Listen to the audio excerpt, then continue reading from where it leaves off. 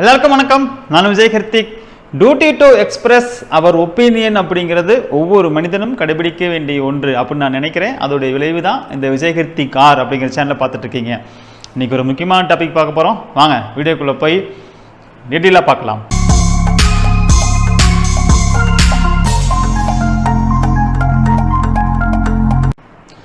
நமக்கு current situation அப்படிங்கிறது ஒரு பருவமழை பெய்யக்கூடிய காலகட்டம். ஸோ நமக்கு பருவமழை ஒவ்வொரு டைமும் பார்த்திங்க அப்படின்னா நமக்கு வரவேண்டிய அந்த காலகட்டத்தில் கரெக்டாக வர்றது அப்படிங்கிறது நமக்கு அந்த சீசன் கரெக்டாக போகுதுன்னு அர்த்தம்.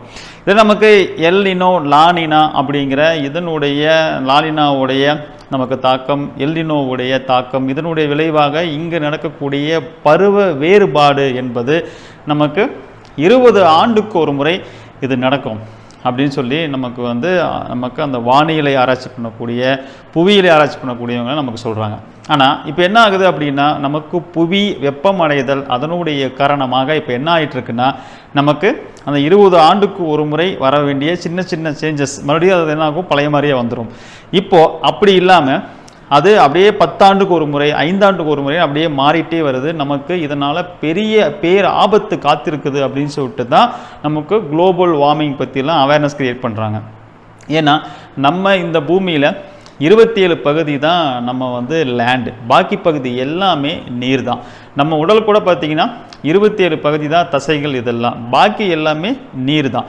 ஸோ இந்த இடத்துல எப்படி 27 பகுதி போக மிச்சம் நீரோ அதே மாதிரி இந்த உடலில் 27 பகுதி போக மிச்சம் பூரா நீர் தான். அப்போ நமக்கும் இந்த எர்த்துக்கும் நமக்கு பஞ்சபூதம்னு சொல்லக்கூடிய இருக்கக்கூடிய நிலம், நீர், நெருப்பு, காற்று, அப்புறம் விண் என்று சொல்லக்கூடிய இந்த 5 பூதங்களோடும் நம்ம உடம்புக்கும் எவ்வளோ தொடர்பு இருக்குது அப்படிங்கிறது நமக்கு எப்படி ஒரு எக்ஸைட்மெண்ட்டாக இருக்குது பாருங்கள். இதை கம்பேர் பண்ணி பார்க்கும்போது இதே மாதிரி தான் நமக்கு இங்கே இருப்பது கடல் சூழ்ந்த பகுதியில் நாம் இருக்கிறோம். நாமெல்லாம் எங்கே இருக்கிறோம் அப்படின்னா கடல் சூழ்ந்த நில உலகத்தில் நாம் இருக்கிறோம். நீரை சுற்றி இருக்குது, நம்மளை சுற்றி நீர் இருக்குது. நாம் சென்டரில் ஒரு தீவு இருக்கிறோம். இந்தியாவும் அது மாதிரி தான். இப்போ நம்ம அமெரிக்கா சொல்கிறோம், அது ஒரு கடல் சூழ்ந்த பகுதி தான், கடலுக்கு சென்டரில் இருக்குது. அப்போ கடல் கடந்து நம்ம ஒரு நாட்டுக்கு ட்ராவல் பண்ணி போகிறோம். அப்படி எல்லா நாடுமே கடலினுடைய மத்தியில் தான் இருக்குது. அது கடல் அதை சுற்றி இருக்குது. அப்போது நமக்கு ஒரு நீர் சூழ்ந்த பகுதியில் நாம் இருக்கிறோம். இதில் என்ன, நமக்கு பூமியினுடைய மையத்தில் இங்கே பெருவாரியான அளவுக்கு நமக்கு நெருப்பு கனல் என்பது இருப்பதனால இங்கே நமக்கு புவி வெப்பமடைதல் அப்படிங்கிறது, அந்த நெருப்பினுடைய உஷ்ணம் நமக்கு அப்படியே மேலெழுந்து இங்கே வரக்கூடிய எல்லா உயிர்களுக்கும், வாழக்கூடிய எல்லா மனிதர்களுக்கும், இருக்கக்கூடிய எல்லா உயிர்களுக்கும், ஈவன் தாவரம் உட்பட எல்லாத்துக்கும் பெனிஃபிட் பண்ணுது. அந்த பூமியில் இருக்கிற மத்தியில் இருக்கக்கூடிய இந்த எரிமலை குழம்பு என்பது, அந்த எரிமலை குழம்பு என்பது ஓவர் ஹீட் ஆகும்போது நேரடியாக அது எதை பாதிக்கும், நீரை தான் பாதிக்கும். இங்கே வெப்பமடைதல் அப்படின்னு ஒன்று நடந்துச்சு அப்படின்னா அது டைரெக்டாக நீரை தான் பாதிக்கும். ஏன்னா நீர் என்பது இங்கே கிட்டத்தட்ட 73 பகுதி நீராக இருக்குது. நான் சொல்கிறது இந்த பூமியை சுற்றி இருக்கக்கூடிய பகுதி நீர் சூழ்ந்த பகுதி. அப்போது நீர் குறிப்பிட்ட அளவுக்கு தான் என்ன ஆகணும், அது வெப்பமடைந்து அந்த வெப்பத்தினால கடல் நீர் ஆவியாகி அது மேகங்களாகி மீண்டும் மழையாக பெய்யணும் அப்படிங்கிறது தான், மழையாக பொழியணும் அப்படிங்கிறது தான் நமக்கு இங்கே இருக்கக்கூடிய இயற்கையினுடைய அந்த சைக்கிள் ரொட்டேஷன் அப்படிங்கிறது. நம்ம விண்டரு, சம்மரு, அப்புறம் மறுபடியும் மாற்றி அந்த சீசன் மாறிட்டே இருக்கு இல்லையா. ஸோ இது எல்லாமே இயற்கை பண்ணி வச்சுருக்கக்கூடிய ஒரு டிசைன். இந்த டிசைனில் நமக்கு ஒரு மாற்றம் ஏற்படும் போது புவி வெப்பமயம் ஓவர் ஹீட் ஆகிறதுனால நீர் என்ன ஆகும், அதிகமாக வெப்பமாகும். நீர் அதிகமாக வெப்பமாச்சுன்னா ஆவியாகி நமக்கு மேலே போய் மேகங்களாக சேர்றது அப்படிங்கிறது அதிகமாகும். ஐஸ் கட்டி எல்லாம் கூட இப்போ நீர் ஸ்டோரேஜ் பார்த்திங்கன்னா கடலாக, அதாவது நீராக இருக்கிறது ஒன்று, ஏரியா, குளமா, குட்டையா, ஆறா, கிணறா, கடலாக இருக்கிறது ஒன்று. இன்னும் நம்ம சொல்ல போனால் அட்லாண்டிக்கா மாதிரியான பகுதியெல்லாம் ஐஸாக உறைஞ்சி இருக்குது. அந்த உறைந்ததை நம்ம உருக்கணும்னா நீர் எவ்வளோ பெருசு வரும். ஐஸ் கட்டியாக இருக்கிறது ஒரு அளவு, அதை உருக்கும் போது டென்சிட்டிவாக இருக்கிறது, நம்ம அதை லிக்விடாக உடச்சி மாற்றும் போது அதோடைய அளவு நமக்கு பெருசாக இருக்கும். இதுதான் நமக்கு மேகங்களாக அங்கே மேலேயும் சேர்ந்துள்ள மாதிரியான ஒரு இதே சேம் சுச்சுவேஷன் தான். அதெல்லாம் உருகுச்சுன்னா என்ன ஆயிரும், நமக்கு நிலப்பரப்பை நோக்கி தான் வரும். அங்கே தான் வந்தாகணும், வேறு வழி கிடையாது. ஏன்னா ஆல்ரெடி மற்ற பகுதியெல்லாம் நீர் சூழ்ந்து நிரம்பி இருக்கிறதுனால. அப்போது உலக வெப்பமயம் அடைதல் அப்படிங்கிறது நமக்கு, அதாவது பட்டர்ஃப்ளை எப்படி சிறகை அசைக்குதுன்னா அது கூட்டமாக ஒரு இடத்துல பட்டர்ஃப்ளை அப்படியே பறந்து வருதுன்னா அதோடைய தாக்கம் எங்கேயாவது நடந்திருக்கும், அதோடைய விளைவு தான் நமக்கு வந்து பிரதிபலிக்கும் அப்படின்னு சொல்கிறாங்க. அதை பட்டர்ஃப்ளை ரிஃப்ளெக்ஷன் சொல்லுவாங்க, எஃபெக்ட்ஸ்ன்னு சொல்லுவாங்க. ஸோ அந்த மாதிரி நமக்கு குளோபல் வார்மிங் அதனுடைய விளைவு பார்த்திங்கன்னா மேக வெடிப்பு, அதாவது மேக சிதைவு, மேக பிளவு என்பது நமக்கு ஏற்பட்டு அப்படியே சடனாக மழை வந்து அப்படியே கொட்டி தீர்க்கக்கூடிய சூழ்நிலை அப்படிங்கிறது நடக்கும். அது கடலில் நடந்துருச்சு. இப்போ நமக்கு வந்து பயங்கரமாக மழை பெய்யுது. ஏன்னா நான் சொன்ன மாதிரி 73 பகுதி இங்கே நமக்கு நீர் தான். அப்படிங்கும்போது அப்போ எவ்வளோ நீர் ஆவியாகும், எவ்வளோ மேகங்களாக மாறும், எப்படி மழை பெய்யும்னு பாருங்கள். ஆனால் அதிகமான மழை கடலுக்குள்ளேயே பெய்துறதுனால நமக்கு நிலப்பரப்பில் பெருமையான பாதிப்பு இல்லாமல் இருக்குது. அப்போது அது எங்கே வேணால் பெய்யும். காற்று எங்கே திசை திருப்புதோ அது காற்றழுத்த தாழ்வு மையமாக வரும்போது ஊருக்குள்ளேயும் பெய்யும், அப்படியே கடலுக்குள்ளேயே போய் கடலுக்கு அப்படியே கரையை கடந்து போய் கடலுக்குள்ளேயே கூட அது என்ன ஆயிடலாம், பெய்ந்த மழையாக கொட்டிடுறதுக்கு வாய்ப்பு இருக்குது. இப்போ ஊருக்குள்ளே பெஞ்சிச்சு அப்படின்னா ஒரு அளவுக்கு மேலே வரும்போது நமக்கு அது பெரிய அளவில் ஒரு பாதிப்பை ஏற்படுத்தும். இப்படி தான் நமக்கு சென்னையில் வந்து ஃப்ளட் வந்துச்சு. இப்போது டெல்லியில் வந்து பார்த்திங்க அப்படின்னா நமக்கு மழை பிச்சு ஊற்றிருக்கு. கிட்டத்தட்ட வந்து பார்த்திங்கன்னா நமக்கு 228 மில்லிமீட்டர் மழை ஒரே நாளில் பெஞ்சிருக்கு. இதனுடைய ஸ்டாட்டிஸ்டிக்ஸ் பார்த்திங்கன்னா 1936ஆம் ஆண்டு பெய்த மழை மறுபடியும் வந்திருக்கு. யோசிச்சு பாருங்கள். கிட்டத்தட்ட வந்து பார்த்திங்க அப்படின்னா அப்போ தான் இந்த அளவுக்கு மழை பெஞ்சிருக்கு.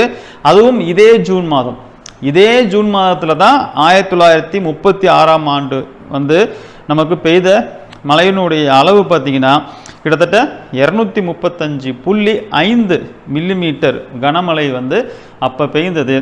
88 ஆண்டுக்கு அப்புறம் மறுபடியும் இதே அளவு மழையை பெய்து அப்படியே நகரையே நமக்கு ஸ்தம்பிச்சு போக வச்சிருக்கு. டெல்லி ஏர்போர்ட்டில் அப்படியே அந்த முதல் தளம், அந்த ஏர்போர்ட்டினுடைய அந்த தளம் இருக்கு இல்லைங்களா, அதில் தளமெல்லாம் பிஞ்சிட்டு விழுந்து அந்த கூரையை வந்து கீழே உடஞ்சிட்டு விழுந்து கார் மேலே விழுந்து காரெல்லாம் டேமேஜ் ஆகி காருக்குள்ளே இருந்தவங்களெல்லாம் மீட்பதற்கு வந்து நமக்கு தீயணைப்பு குழு வந்து மீட்டிருக்காங்க. அதில் இந்த விபத்தில் ஒருத்தர் இறந்தும் போயிருக்காரு.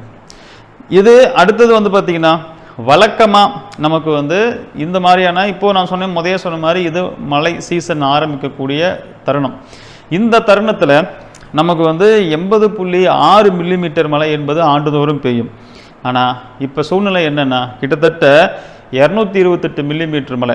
நம்ம எதிர்பார்த்துட்டு இருந்த மழை என்ன 80.6, ஆனால் பெய்தது 228 மில்லிமீட்டர் மழை. அப்போது அந்த சென்னையினுடைய மேயர் வந்து இந்த ரெயின் சீசனை நாம் எதிர்கொள்வதற்கு தயாராக இருக்கிறோம், நம்மக்கிட்ட போதுமான அளவுக்கு முன்னேற்பாடு இருக்குது, நமக்கு மழை காலத்தை நம்ம சமாளிச்சிட முடியும் அப்படின்னு அறிவிப்பு ஆல்ரெடி அனௌன்ஸ் பண்ணியிருந்தார் டெல்லியினுடைய மேயர். ஆனால் சூழ்நிலை என்னென்னா அப்படியே தலைகீழாக மாறி ஒரே நாளில் இந்த சீசன் ஃபுல்லாக நமக்கு வந்து பெய்ய வேண்டிய மழை 80.6 மில்லிமீட்டர்னா ஒரே நாளில் 228 மில்லிமீட்டர் மழை பெய்தா அந்த நகரம் எப்படி தாங்கும்? இப்போ என்னென்னா அங்கே போதுமான வடிகால் இல்லாததுனால தண்ணி கடந்து அது போய் என்ன சேரணும், கடைசியில் கடலுக்கு போய் சேரணும், இல்லையா ஏரிக்கு போய் சேரணும், குட்டைக்கு போய் சேரணும், ஆறுக்கு போய் சேரணும். அப்போ அது வழியே மறுபடியும் கடலுக்கு போகும். இப்போது தண்ணி வெளியேறதுக்கு வழி இல்லாமல் அங்கங்கே தண்ணி தேங்கி நிற்கிறத பார்க்கப்படுது. கிட்டத்தட்ட நமக்கு சென்னையில் எப்படி ஃப்ளட் வந்ததோ அதே மாதிரியான சூழ்நிலை இப்போ நமக்கு டெல்லியில் வந்திருக்கு. ஸோ நம்ம நகரம் நாளுக்கு நாள் வளர வளர நாம் அங்கே வடிகால் என்பது அமைப்பது பெரிய சேலஞ்ச் ஆயிரும். இப்போ சென்னையவே நீங்கள் எடுத்துக்கோங்க. நீங்கள் சென்னைக்குள்ளே போனோன்னா எல்லா இடத்துலையுமே மெட்ரோ ஒர்க்கு நடந்துகிட்டே இருக்கிறத பார்க்குறோம். அந்த அந்த அந்த மெட்ரோ ஒர்க்கெல்லாம் முடிஞ்சிச்சு அப்படின்னா அதுக்கப்புறம் மக்கள் பயங்கரமாக பெனிஃபிட் அடைவாங்க, அதில் மாற்றுக்கிறது கிடையாது. அதே மாதிரி தான் கிட்டத்தட்ட வந்து எவ்வளோ 1000 கோடி செலவு பண்ணி நமக்கு சென்னையில் மழை வரத்துக்கு முன்னாடி என்ன பண்ணாங்க, அவங்க வடிகாலில் அமைத்தாங்கன்னு சொன்னாங்க. ஆனால் ஒரு சில பகுதி தான் அமைச்சாங்க, எல்லா பகுதியும் அவங்க ஏற்பாடு பண்ணலை. அதோடைய விளைவு சென்னை கனமழை சந்திக்கும் போது பெரிய அளவில் பாதிப்புக்குள்ளாச்சு நம்ம பார்த்தோம். இப்போ நகரம் வளர வளர நீங்கள் வந்து ஒரு வடிகால் அமைப்பதிலிருந்து ஒரு மேம்பாலம் அமைக்கிறதுலேருந்து எல்லாமே எவ்வளோ பெரிய சேலஞ்ச் ஆகுதுன்னு பாருங்களேன். ஈவன் நீங்கள் கோயம்புத்தூர் போகிறீங்க அப்படின்னா கோயம்புத்தூர்லேருந்து நீங்கள் பைபாஸில் இருந்து நீங்கள் சிட்டிக்குள்ளே காந்தி நகர் போகிறதுக்குள்ளே உங்களுக்கு பயங்கரமான டிராஃபிக் ஆகிடும். 9 மணிக்கு மேலே போயிட்டீங்கன்னா நீங்கள் கார் ஓட்டிகிட்டு போகிறீங்கன்னா கிளச்சை மிதித்து காலே ஒரு வழியாயிரும். ஏன்னா அடுத்த சிக்னல் இருந்துகிட்டே இருக்கும். உங்களுக்கு ஓவர் டிராஃபிக் என்பது பயங்கரமாக இருக்கும். இப்போ மெட்ரோ போட்டுட்ருக்குறாங்க, மேலே வந்து நமக்கு வந்து ஃப்ளைஓவரும் கட்டிகிட்டு இருக்கிறாங்க. இந்த ஃப்ளைஓவர் கன்ஸ்ட்ரக்ஷனும் போயிட்டுருக்கு, ஒரு சைடு டிராஃபிக்கும் இருக்குது. இப்போ இதெல்லாம் நம்ம கடந்து வரணும் அப்படின்னா ஃப்ளைஓவர் நம்ம என்ஜாய் பண்ணணும், அப்படியே நம்ம போனோம் அப்படின்னா சல்லுன்னு மேலே ஏறி இந்த டிராஃபிக்கில் மாட்டாமல் மேலே போகிறவங்க மேலே போயிடுவாங்க, ஊருக்குள்ளே போகிறவங்க கீழே போயிடுவாங்க. இந்த வசதி நம்ம அனுபவிக்கணும்னா அந்த கன்ஸ்ட்ரக்ஷன் காலத்தில் வரக்கூடிய இடர்பாடு சந்திச்சு தானே ஆகணும் இல்லையா? நமக்கு ஒரு கோயம்புத்தூர் மெட்ரோ சிட்டி அனௌன்ஸ் பண்ணியிருக்கிறாங்க, ஒரு மெட்ரோவும் போடுறாங்க. அப்படிங்கும்போது மெட்ரோவுக்கு உண்டான நமக்கு பாதையெல்லாம் அமைச்சு தானே ஆகணும். அப்போது இது மாதிரி அதுக்கும் நம்ம ஒரு மேம்பாலம் கட்டி ஆகணும், இதுக்கு ஒரு ஃப்ளைஓவர் போட்டு ஆகணும்.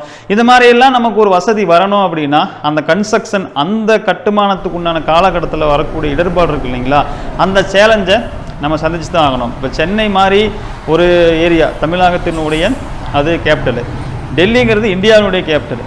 அப்போது அங்கே இருக்கிற பாப்புலேஷனை வச்சுக்கிட்டு அவங்க ஒரு வடிகால் வந்து பிளான் பண்ணலாம் அப்படின்னா அது நமக்கு வந்து அண்டர் கிரவுண்டில் தான் பண்ணி ஆகணும், இது கிரவுண்ட் ஒர்க்கு தான் பண்ணி ஆகணும். நம்ம கிரவுண்ட் ஒர்க்கு பண்ணணும்னா எந்தெந்த இடத்துல தோண்ட வேண்டியது இருக்கும், அதனால் எவ்வளோ டிராஃபிக் பிரச்சனை அவங்க சமாளிக்க வேண்டியதாக இருக்கும். நாள்தோறும் அவ்வளோ பீப்புள்ஸை அவங்க என்ன பண்ணி ஆகணும், அவங்க வந்து மேனேஜ் பண்ணி ஆகணும். இது எல்லாம் இவ்வளோ சேலஞ்ச் வச்சுக்கிட்டு அவர்கள் வந்து அந்த விஷயத்தெல்லாம் செய்கிறது அப்படிங்கிறது இன்றைக்கி இருக்கக்கூடிய மக்களுடைய கூட்டம் அதிகம் நெரிசல் நிறைந்த இடத்துல இது ஒரு பெரிய சவால் தான். எதிர்பாராமல் நமக்கு வந்து இப்படி ஒரு மழையும் பெஞ்சிருச்சு, கனமழை பயங்கரமாக கொட்டி தீர்த்துருச்சுன்னா அதை சமாளிக்கிறதும் நமக்கு ஒரு பெரிய விஷயம்தான். வடிகாலை அது எப்படி அந்த நீரை வந்து வெளியேற்றுறது, அது எப்படி வடிய வைக்கிறது, வடிகால் எங்கே கொண்டு போய் ஜாயின் பண்ணுறது, இது எப்படி க்யூர் பண்ணுறது, இது எல்லாமே பெரிய சவால் தான். இதையெல்லாம் நம்ம எப்படி சரி பண்ண போகிறோம்?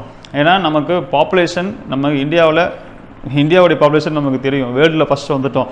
இவ்வளோ பாப்புலேஷன் வச்சுக்கிட்டு நாம் ஒரு சேலஞ்சை முன்னிறுத்தி இப்போ சைனாலாம் எடுத்துக்கிட்டோம் அப்படின்னா நம்ம அட்லீஸ்ட் அவங்க தான் முதல் இருந்தாங்க, பாப்புலேஷனில் இருந்தாங்க. ஆனால் அவங்களோட இன்ஃப்ராஸ்ட்ரக்சர்லாம் எப்படி பண்ணியிருக்காங்க, எப்படி அதையெல்லாம் வடிவமைச்சாங்கன்னு நாம் அதை ஒரு ரோல் மாடலாக எடுத்து நமக்கும் சைனாவுக்கும் நிறைய கருத்து வேறுபாடு அதெல்லாம் ஒரு பக்கம் வச்சுட்டாலும் அத்தனை மக்கள் நெரிசலை ஜனத்தொகை உள்ள ஒரு கண்ட்ரியை எப்படி அவங்க கையாண்டாங்க, இது மாதிரியான ஒரு விஷயத்தையெல்லாம் நம்ம பார்த்து நம்மவும் அது மாதிரியான விஷயத்தை செஞ்சு தான் ஆகணும். செய்யும்போது வரக்கூடிய இடர்பாடுகளை மக்கள் சகித்து கொண்டு தான் ஆகணும். இப்போ குளிபறிச்சு இப்படி போட்டாங்க, அந்த பாதையை கடந்து வர முடியலன்னு வச்சுக்கோங்களேன், நீங்கள் இந்த இடத்துக்கு போகலன்னா நீங்கள் 2 கிலோமீட்டர் சுற்றி வரணும். 2 கிலோமீட்டர் சுற்றி வரணும் அப்படின்னா அங்கே நிறைய டிராஃபிக் இருக்கும். அப்போ நீங்கள் ஒரு 10 நிமிஷத்தில் ஒரு இடத்த கடந்துடுவீங்கன்னா நீங்கள் சுற்றி வரதுனால உங்களுக்கு 2 மணி நேரம் அதிகமாகக்கூடும். இந்த சிரமங்கள் இருக்குது பார்த்தீங்களா, அந்த காலத்தில் மக்களை திட்டுவாங்க, அங்கங்கே பறித்து போட்டு வச்சுட்டாங்க, நாங்கள் எங்கேயுமே போக முடியல, ஆஃபீஸுக்கு போக முடியல, ஆஃபீஸ் முடிஞ்சு வீட்டுக்கு போக முடியல, பசங்க ஸ்கூலுக்கு போக முடியல, நேரத்துக்கு வீட்டுக்கு வர முடியல, நேரத்துக்கு இடத்துக்கு போய் சேர முடியல. இது மாதிரியான பெரும் இடர்பாடுகளை சவால்கள் இருக்க தான் செய்யும். இதையும் நமக்கு வசதியும் வேணும், சிரமங்களும் இருக்கக்கூடாது. அப்படின்னா நம்ம எந்த அரசு வந்தாலும் அந்த அரசை மட்டும் என்ன பண்ண முடியும்? இந்த இன்ஃப்ராஸ்ட்ரக்சரை நமக்கு நாள்தோறும் சிட்டி என்பது ஒரு பிரம்மாண்டம் ஆகிக்கிட்டே இருக்குது, வளர்ந்துக்கிட்டே இருக்குது. அதுக்கு தகுந்த மாதிரி நமக்கு அங்கே தேவைகளை நம்ம செய்து தான் ஆகணும். அதை கவர்மெண்ட் முன்னெடுத்து ஏதாவது ஒரு விஷயத்தை ஏதாவது ஒரு டெக்னாலஜி அப்ளை பண்ணியாவது இதுக்கெல்லாம் ஒரு சொல்யூஷன் கொண்டு வந்து நமக்கு ட்ரைனேஜ் அப்படிங்கிறது போட்டாகணும். ஏன்னா நமக்கு இந்த மாதிரியெல்லாம் மழை பெய்யும் அப்படின்னு நமக்கு தெரியல, ஆனால் திடீர்னு பெய்யும்போது அந்த தண்ணி வெளியேறத்துக்கு வழி இல்லாமல் எவ்வளோ சிக்கலாகுது அப்படிங்கிறத பாருங்கள்.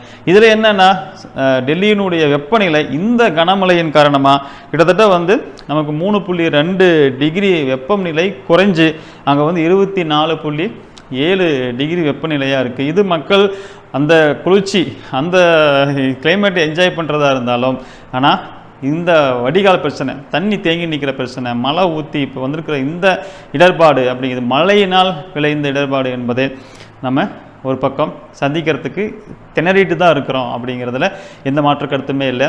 ஸோ நம்ம நாடு அடுத்தடுத்த வளர்ச்சியை நோக்கி வளர்ந்துக்கிட்டே இருக்குது அப்படின்னு சொல்லிட்டு நம்மளுடைய குடியரசுத் தலைவர் கூட சமீபமாக பேசியிருந்தாங்க. இது மாதிரியான பிரச்சனைகள் எல்லாம் உடனே அவர்கள் ஒரு தீர்வு கொண்டு வந்து செய்தாங்க அப்படின்னா ரொம்ப சிறப்பாக இருக்கும் அப்படிங்கிறது என்னுடைய கருத்து. இன்னொரு மீண்டும் சந்திக்கிறேன். எல்லாருக்கும் வணக்கம். பாய்.